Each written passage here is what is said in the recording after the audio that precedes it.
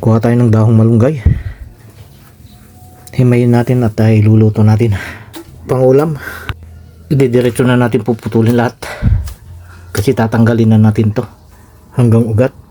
Masangang uring malunggay to. Tsaka madahon. Isa tong uring halamang palumpon. Uri ng punong may matitigas na tangkay. O sanga. Gaya sa puno. Mababa lang to. Bukod sa isa tong gulay, maganda pa tong pambakod. Puputulin natin muna lahat-lahat ng mga sanga. Tapos isunod na tanggalin ang ugat. Ang dami nito oh. Ang daming sanga. Talbusan natin. Sa mura nitong dahon. Kunti lang kukunin natin. Yung gusto lang ulam ba? Hindi marami. Hindi rin kaunti. Sakto-sakto lang ba? Tsaka depende sa dami ng kakain. Okay na to. Marami-rami na rin to. Fight na. Himay na.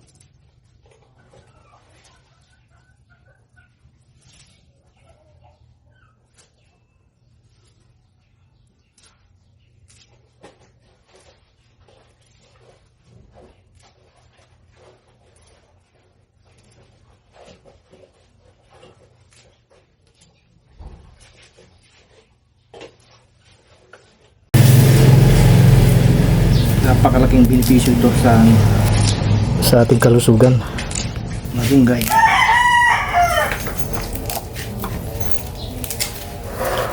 Lahat ng gulay maganda sa kalusugan.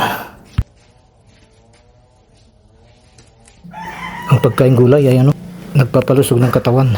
Sabi nga gulay ay buhay. Kaya mainam mag-ulam ng gulay. Pampahaba ng buhay.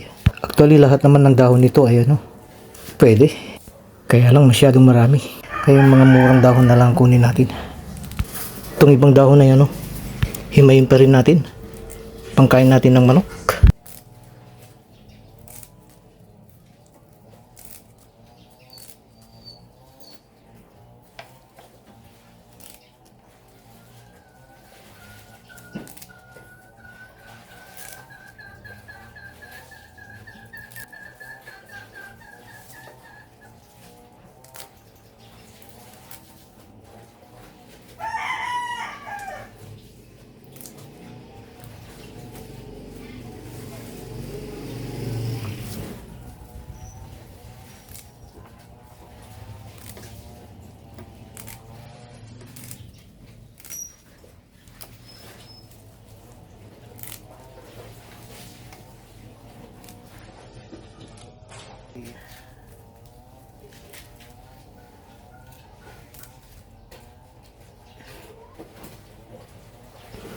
Tama na?